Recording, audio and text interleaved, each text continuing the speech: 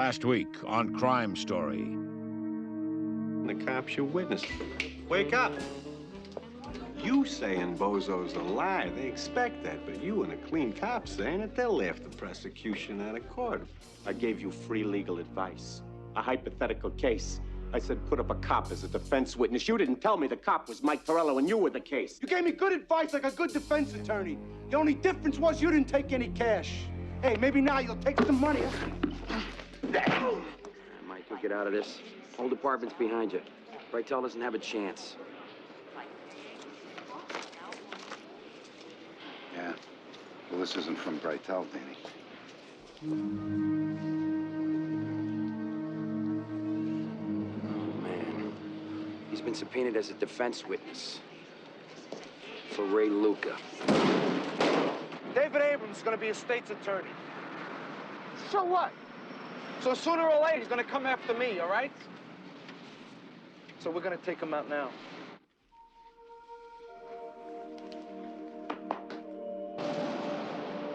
Hey, Dad. Where you going? You got no cream cheese. I'll be right back.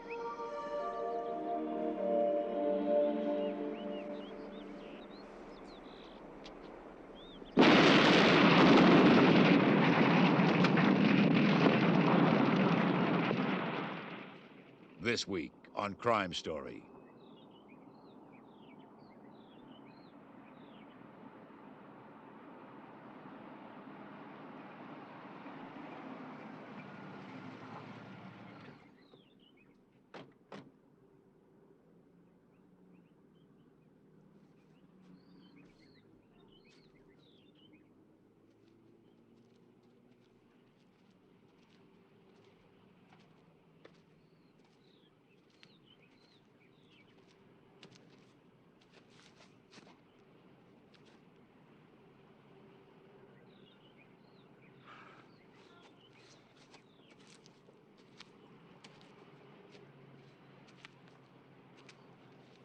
I'm sorry, David.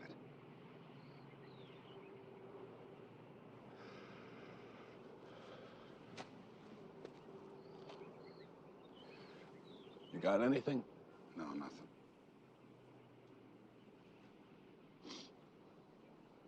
We'll drop you off. Thank you.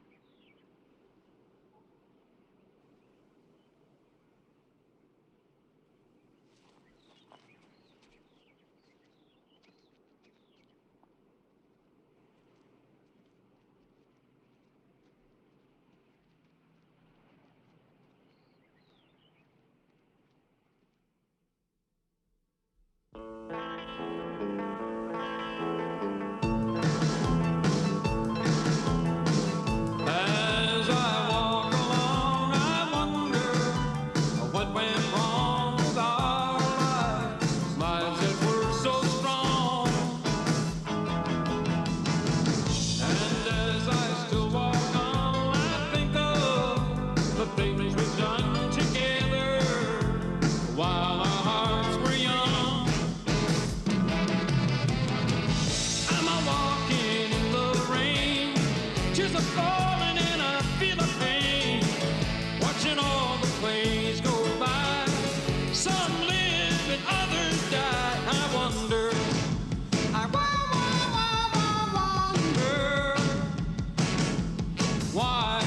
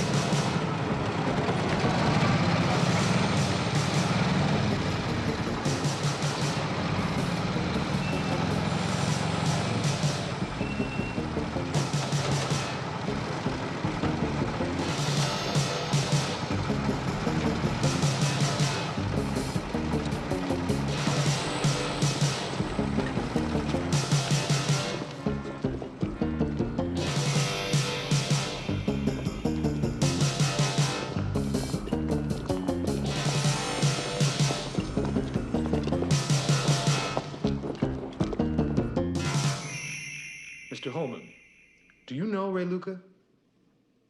Yeah, I know Ray. Would you describe your relationship with Mr. Luca?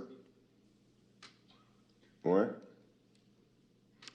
Were you and Mr. Luca bowling partners? Scoutmasters? What was your involvement with him? We put down scores. Would you please tell the jury what you mean when you say you put down scores? Or we stole stuff. Together? Yeah, we went out together, but we didn't have no relationship. What did you steal? Jewelry, mostly, that kind of stuff. For whom? Yeah, Mr. Bartoli. Did you ever steal for anyone else? Yeah, I gave a bunch of stuff to Mike Torello. Lieutenant Torello, let's review the facts, the circumstances of your contact with Mr. Holman. What led to your first confrontation? Detective Indelli and I staked out his place. He came out and we followed him. He saw us and he tossed something out of his car. This aroused our suspicions, so we pulled him over. And what had he thrown from his car? Tools of the burglar's trade. A black leather kit containing screwdrivers and lockpicks. What happened next, Lieutenant? We questioned him. I wanted to establish a relationship with Holman so that he would come to me when he was pressured. At the same time, we were tightening the screws on Phil Bartoli. Any money passed from his hands to yours at this time? I gave him a phony name, Sergeant Ralph Collins. He offered me $200 lunch money. I wanted him to think I was bought, so I took it. And what did you do with the 200?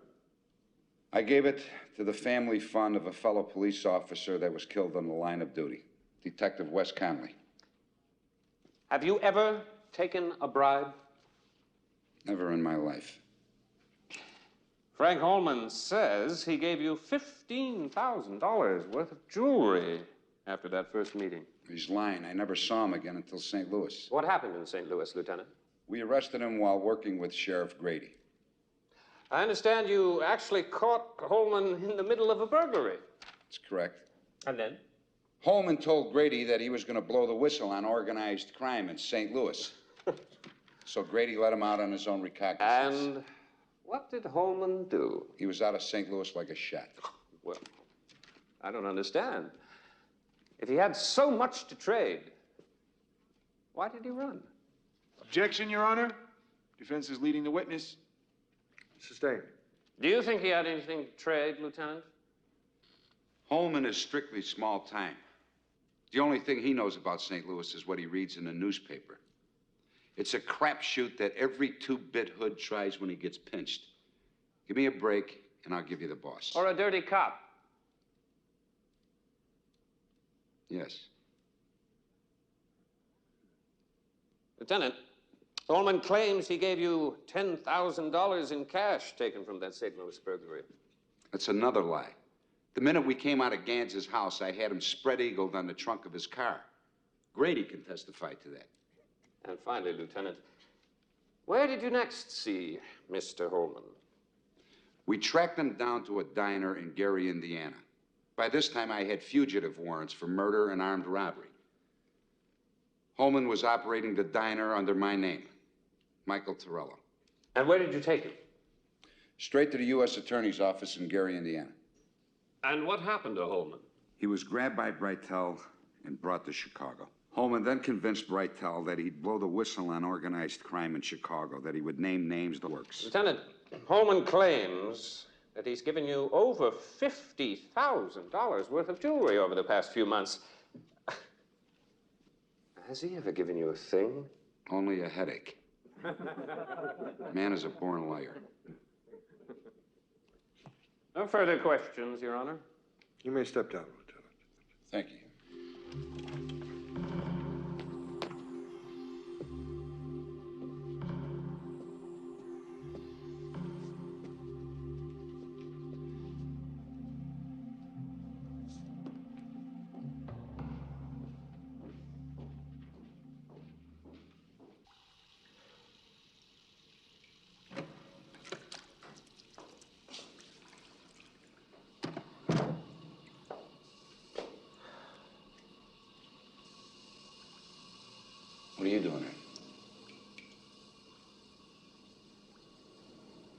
So how's it going?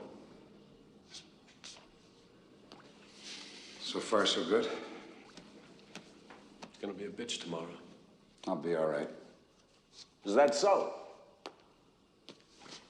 You know, Breitel's not a complete idiot. What do you think he's doing tonight?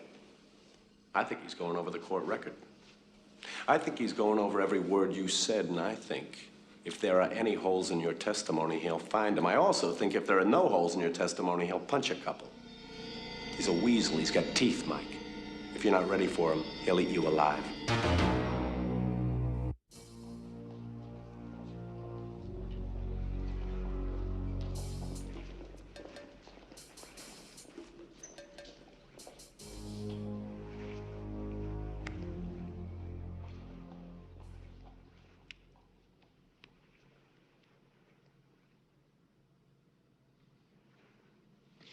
Breitel thinks that you would sell your mother to a colony of perverted lepers for 2 bits.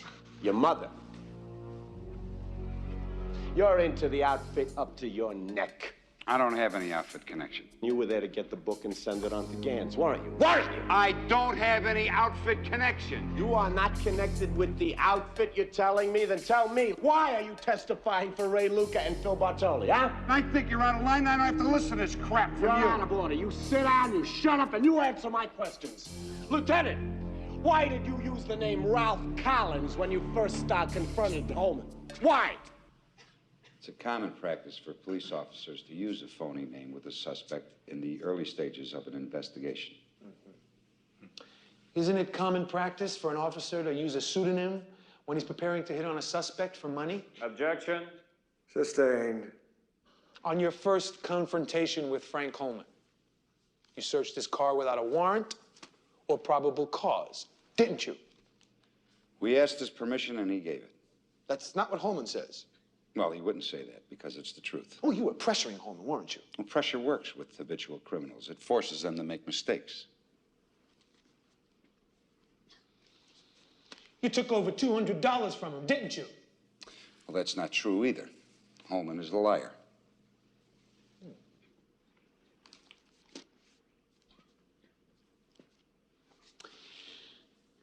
Lieutenant Torello, yesterday you called Frank Holman small time. All he knows about St. Louis is what he reads in the papers. It's a crapshoot every 2-bit hood tries to do when he gets pinched. Quote, give me a break and I'll give you the boss.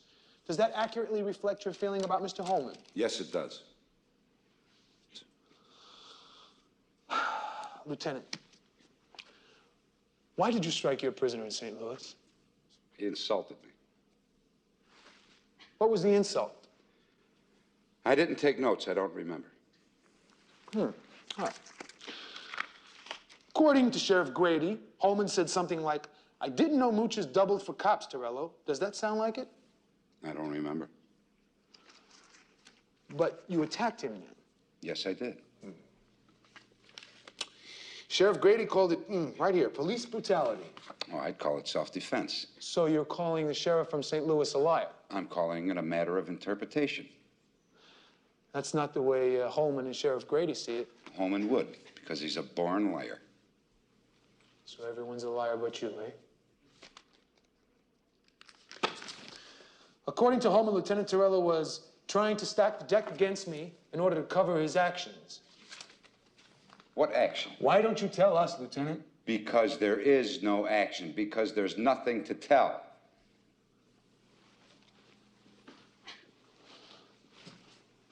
Yes, there is.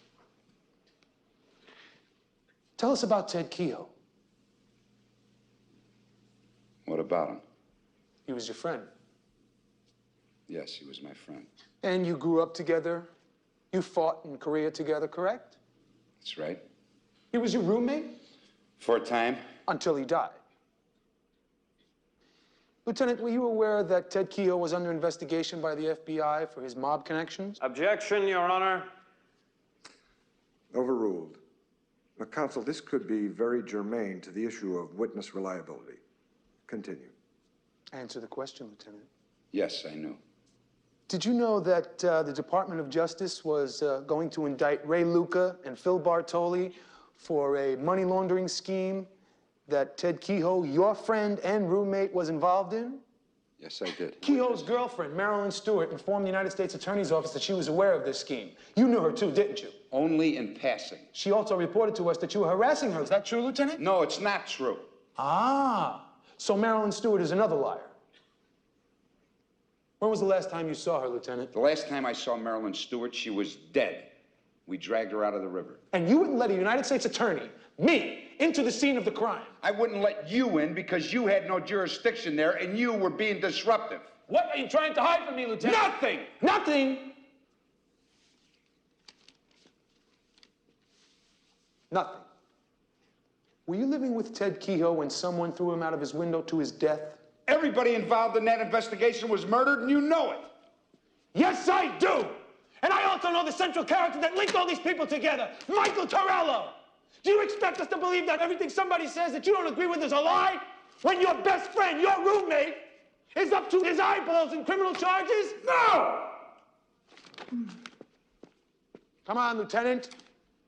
Do you expect us to believe that you had nothing to do with the deaths of Ted Kehoe and Marilyn Stewart? You know what you are, Brightel? You're a cheap, dirty, filthy little son of a... Lieutenant Torello! I object. I object! This witness connected Ted Kehoe to a lucrative business scheme with his organized crime contact, and then tried to help him when he got into trouble because of his girlfriend. And when Torello couldn't help, he had knowledge of or complicity in her death and eventually in the death of Ted Kehoe. Mr. Brightel. I withdraw the question, Your Honor.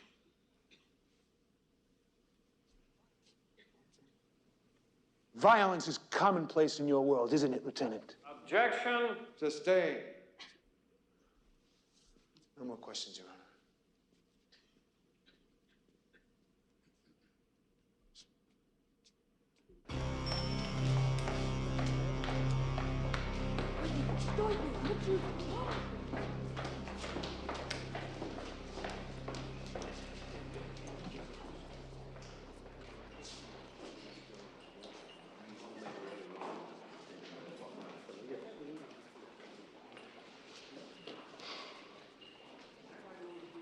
Mike's gonna need all the help he can get. What the hell can we do? What did he do with all his stuff after he moved out of the apartment with Julie? Put it in storage, didn't he? No, his personal stuff. Well, I saw him put a box in the bottom drawer of his file cabinet. Let's go.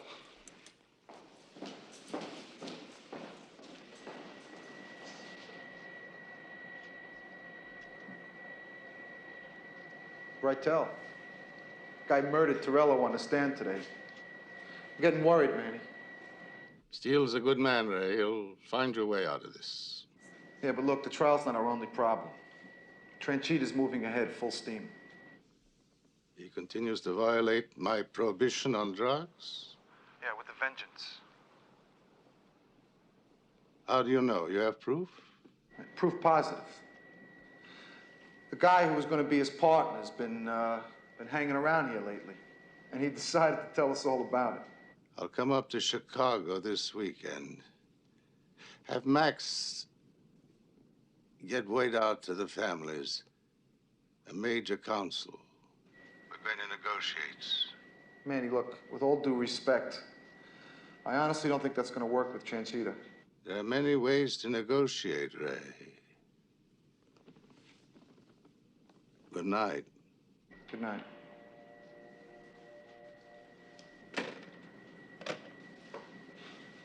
Well, you heard what he said. Wants to set up a council to negotiate with Tranchita. I admire Manny, but I've never been any good at negotiating. Ray, you don't have to worry about negotiating. That's what I'm here for. That's why we're going to make a great team. All three of us. What, am I, an orphan? And Paulie, too. Come on, let's go get something to eat. So, Manny wants to call a council, huh? Seems to me Manny wants a lot of things lately.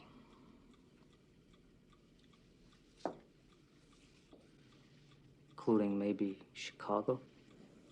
I can assure you that's not the case, Mr. Tranchita. You can assure me?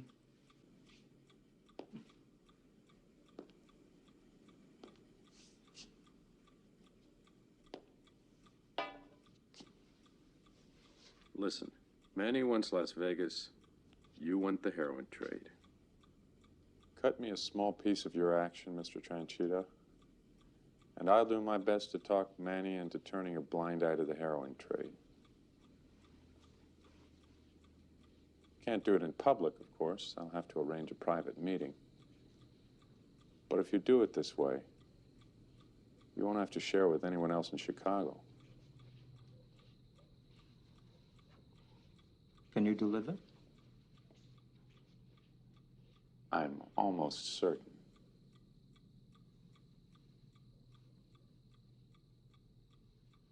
You making a side deal against Manny Weisborn? Manny's an old man. Who knows how long he's going to be around? All right. You make good. Give 5%. 10. 8.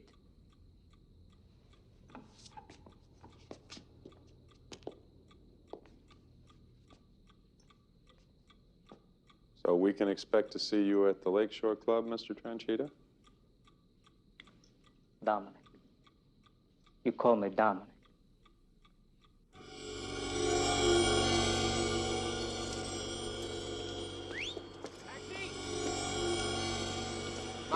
Mike, what's up? You are. Redirect testimony. Talked to Steele last night. Brightel did you some damage. We're gonna put you back on the stand. We? Steele's agreed to allow me to handle the redirect. Oh, look, David, I got beat up pretty good up there. What the hell do you want me to say? I want you to trust me. Follow my lead. Defense requests permission for David Abrams to take over the redirect testimony. Mr. Abrams.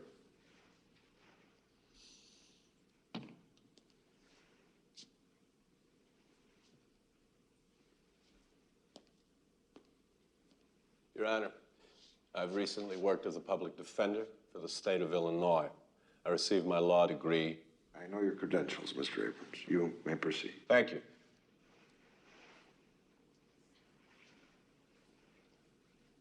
Lieutenant Torello, what single criminal in Chicago has your unit been working on over the past, say, 6 months? Ray Luca. You have any personal feelings toward Ray Luca?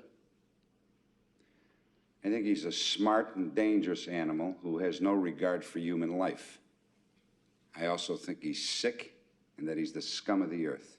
Then tell me, Lieutenant, why are you testifying in his defense? Because Luca's defense attorney subpoenaed me here. And he's smart enough to know how dumb it is for the prosecution to believe Frank Holman about me. I object, Your Honor. Strike the word dumb from the record. Continue, counsel. Lieutenant Torello, you're really not here to defend Ray Luca at all, are you? Absolutely not. Would it be fair to say that the reason you're here is because Luca's defense understands that you are the best one to prove the worthlessness and the utter unreliability of Frank Holman's testimony? That's right. And if Frank Holman's testimony is proven worthless, then so is the government's case against Bartoli and Luca. That's exactly right. Lieutenant, tell us what's happened to your department's case against Luca? It's mostly ruined. By what? By this proceedings brought on by Mr. Brightel. Is that so? Lieutenant Torello?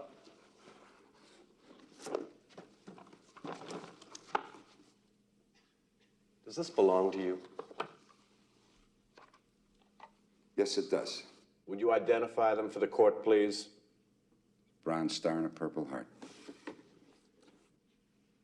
You were wounded in combat and decorated for heroism, serving your country in Korea. Is that right? That's right. I believe that Frank Holman was serving his country in juvenile hall at this time.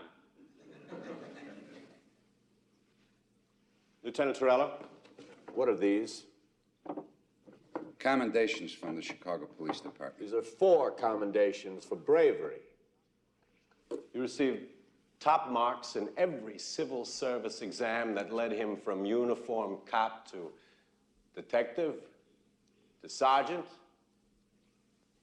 to lieutenant. There are commendations from the mayor's office. There's a commendation from the governor himself in there. And Lieutenant Torello's major crime unit has the finest arrest conviction record on the force.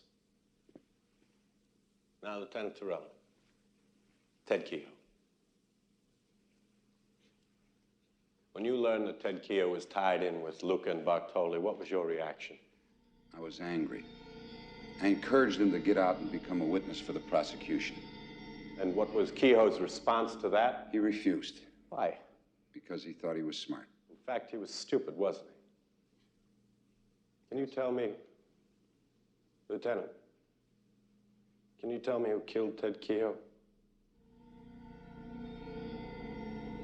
I don't know for sure. Lieutenant, I'm going to have to bring you back to an event I'm sure you'd rather forget. The Novak murder. In that case, it wasn't just the killing that got you, was it? It's never just a killing. Gone is gone. Novak is not a soldier. This is not his war, yet he was forced to watch the woman he loved die. It's watching the living, their struggle against madness and loneliness. That's what gets to you. You and Novak became friends? Yes. And so finding his wife's killer took on an emotional motivation for you? Yes. And Frank Holman, an accomplice to that crime, did he then go to the top of your personal most wanted list? Second from the top. Who is at the top? Ray Luca.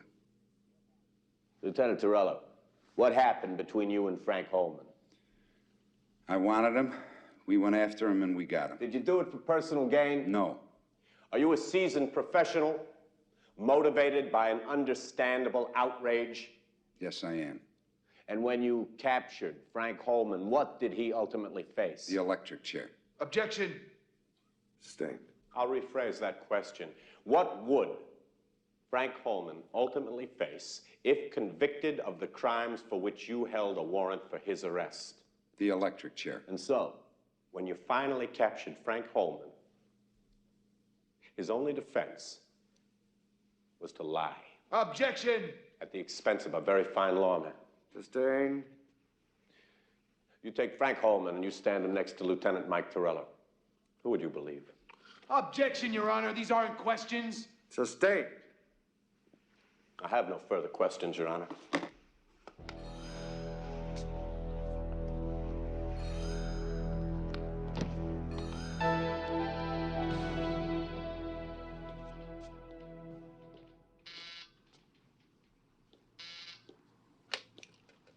What? Somebody to see you, Chief. I told you not to bother me unless the bulls were stampeding from the stockyards. I gotta think. The bulls are stampeding. I got an assistant attorney general out here with the name of Drew Beltzer. Send him in.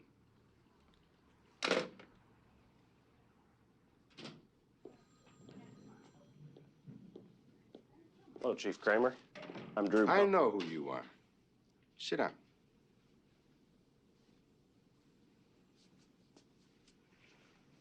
What do you want? I saw Lieutenant Michael Torello in court today. Stand up. What? Stand up. You're not going to want to take this sitting down. Look, Chief, I think... Everybody in the Justice Department wants a piece of Michael Torello. What is this, open season on the guy? Don't you chumps know what he means to Chicago?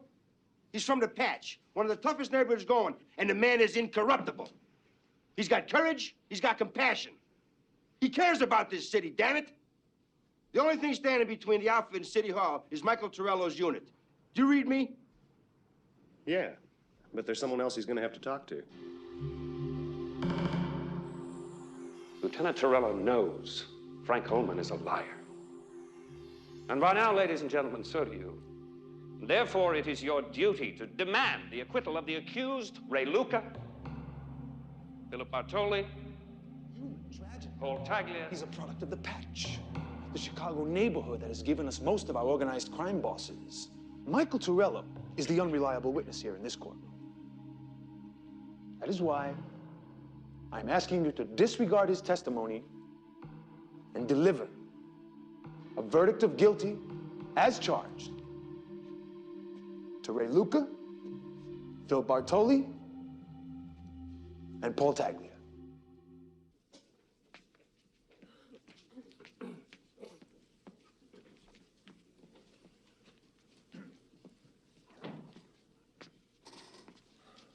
Will the defendants please rise?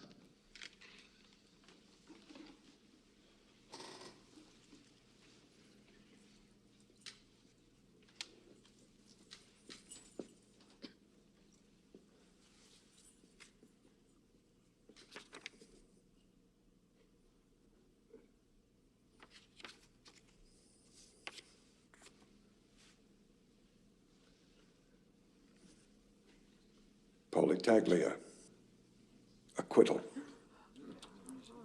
Philip Bartoli, acquittal. Ray Luca, acquittal.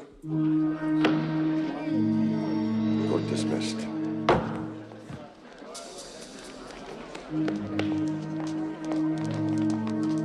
Mr. Bartoli, do you have a comment at this time, please? Outside, please.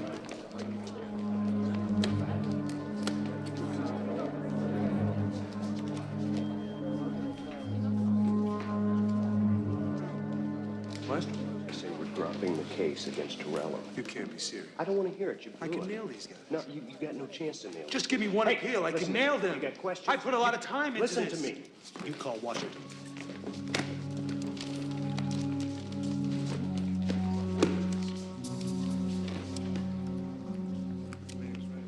They farming you out, Brightel?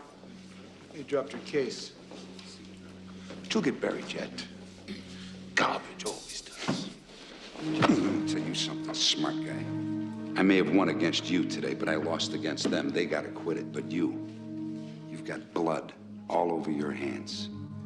Every drop of blood that Ray Lucas spills between now and when I eventually get him is gonna be on your hands. Do you understand? Yours, not mine.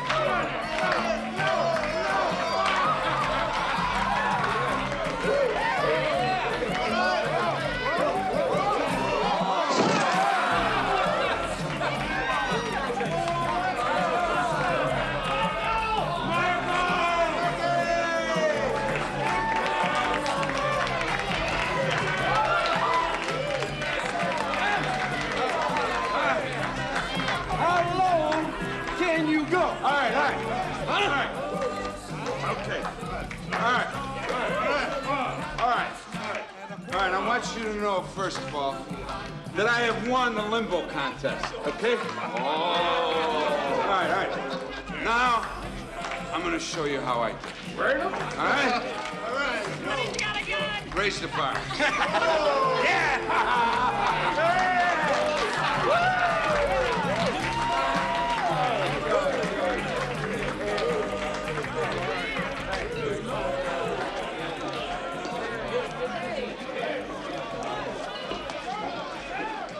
Hey, Chief.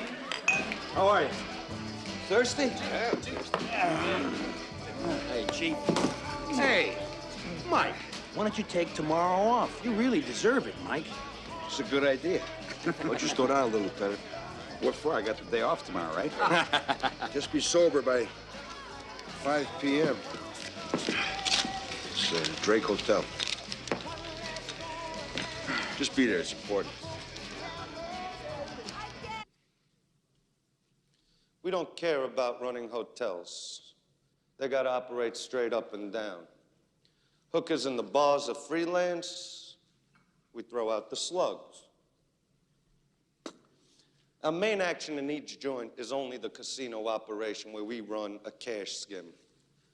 Other than that, we keep our act as clean as possible so we don't attract any unnecessary city, state, or federal heat to ourselves.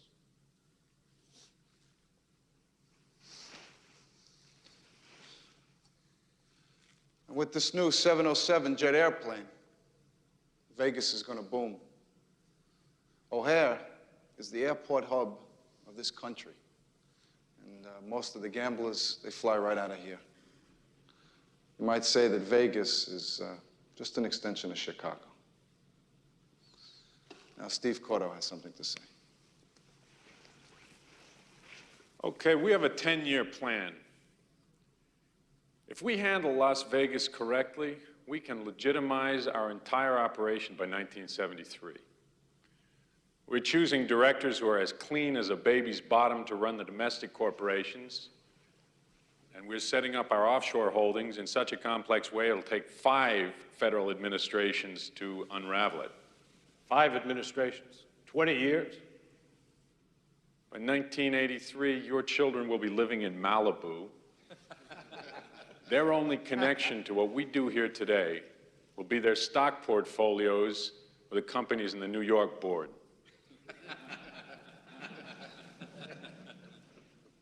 What do you want from us? We want Chicago's support and $10 million, Dominic.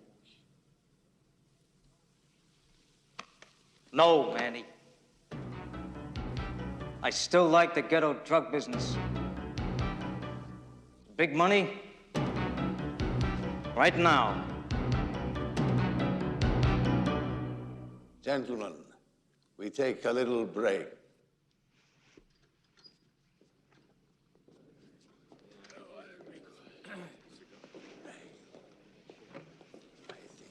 Good. Good? We're nowhere. Now I go to Transita, and I give him his deal on the drugs. Where is he? He's in the men's room, Mr. Westport, waiting for you. What?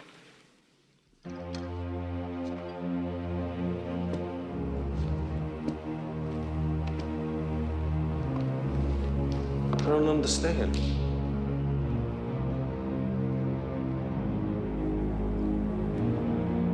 Once again, I see why Manny is who he is and what he is. He knows when to take a 5-minute break.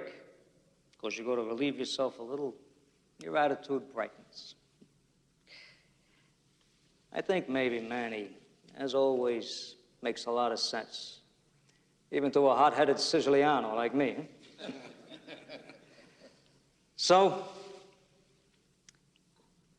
I say we raise a drink to Manny. Then we take a vote in favor of this big move to Vegas.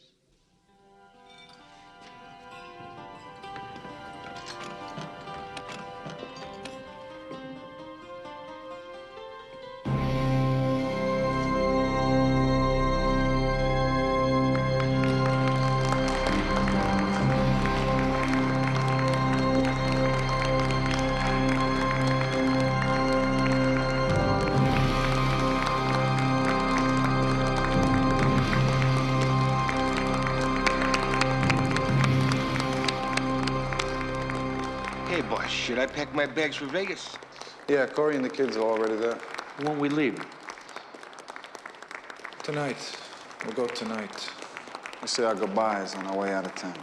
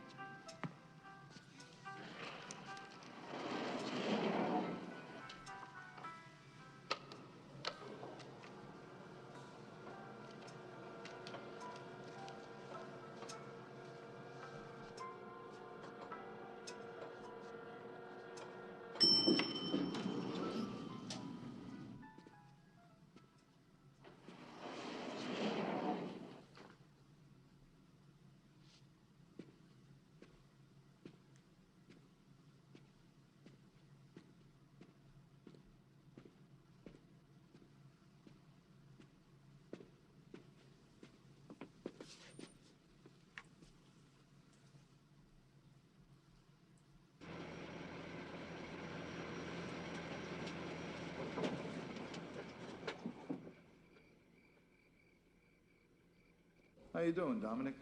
Thought I'd say goodbye on my way to Vegas. We'll sit by the pool, huh? I'm cooking up a little supper. What do you think? Huh? This is nice. I'm still doing the finishing touches on it, eh? You want to take a swim? There's some trunks downstairs. No, another time. Ray, I gotta tell you, I'm really happy the way things worked out. Yeah, I'm happy too. Sit down, Ray, relax. Hmm? Want a glass of wine? No, thanks. No. Ain't that a kick? Yeah.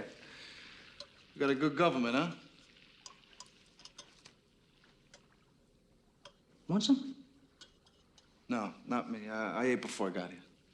Sure. Yeah. Boy. Dominic, you know that deal you worked out with Manny on the drugs? Yeah, Ray, what about it? Guess what? He changed his mind. Yeah. Neither you nor anybody else is gonna be selling drugs.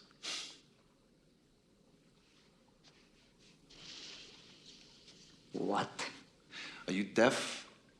Your side deal on the drugs is canceled. And Dominic, so are you.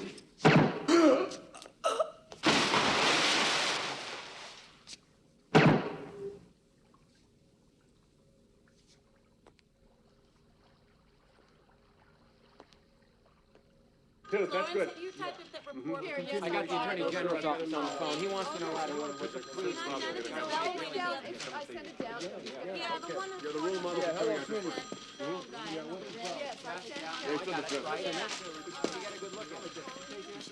Listen, Torello. What is this? What's going on? What are you doing? Just listen to me. Just behave yourself, all right, Michael? Just behave yourself.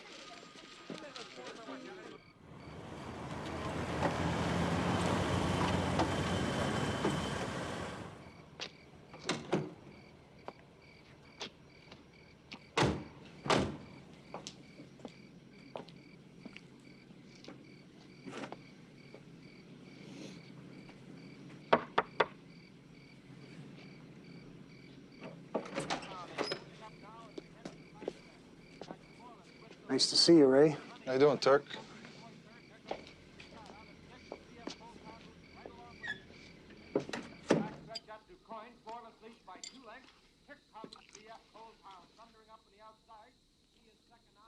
All right. How you doing, Phil? All right. How's Dominic? Dominic's fine. Good, good. Take a look at this number 9 here. I think I'm gonna buy it. Yeah, no kidding.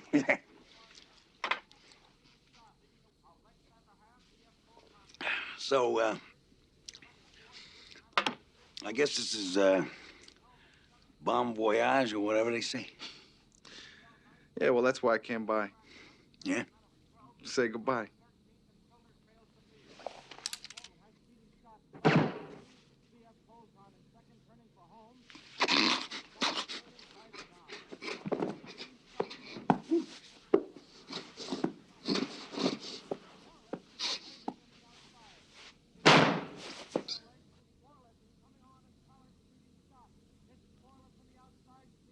Bye, Phil.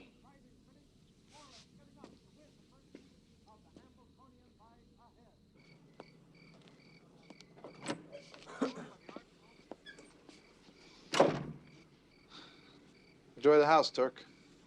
Thanks, Mr. Luca. I will. Mr. Luca, huh? It was my pleasure. Have a nice time in Vegas. I will. I'll send you a postcard.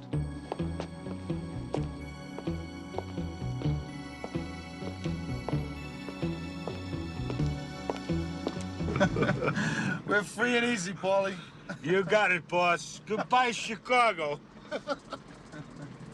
And goodbye, Mike Torello.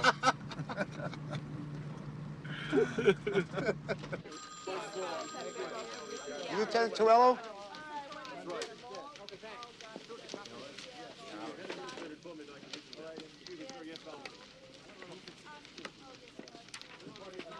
I'm Patrick Hallahan, Assistant United States Attorney General. It's nice to meet you.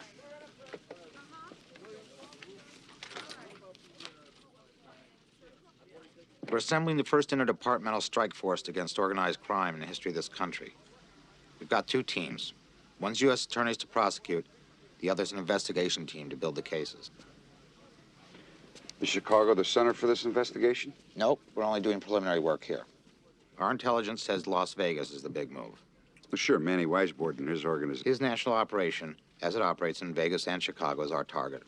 Now, he's groomed a whole new generation of young managers to replace his old partners. They're tough, they're lawyers, they're accountants. If we don't move against them, then we'll have a country within a country. What about the New York mob? That's a separate investigation.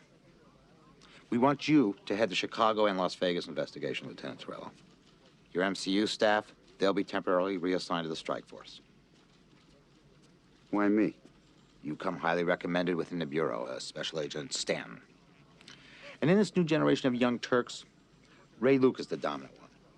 Now, apparently you know Ray Luca better than anyone. So I want you to follow him to Vegas, then take him and his organization down. Just how am I supposed to do that? You'll lead the investigation that builds the case with the attorneys. You know, well, I don't work too well within bureaucracies, Mr. Hallahan. The only limit on you is going to be the law. Why should I? Why the hell should I? After just what I've been through, you guys are not exactly my favorite government agency. As a matter of fact, I don't even like you.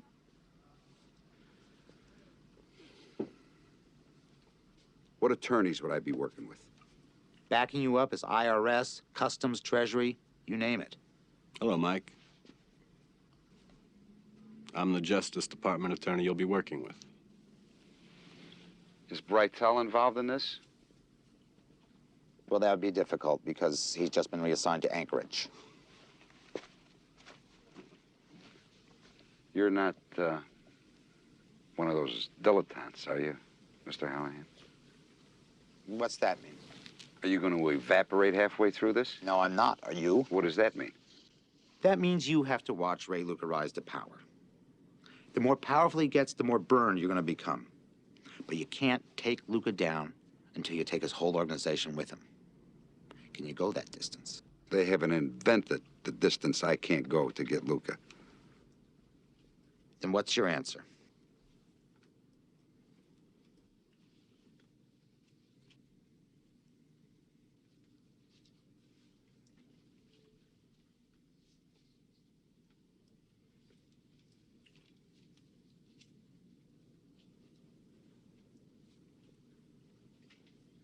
When do I leave?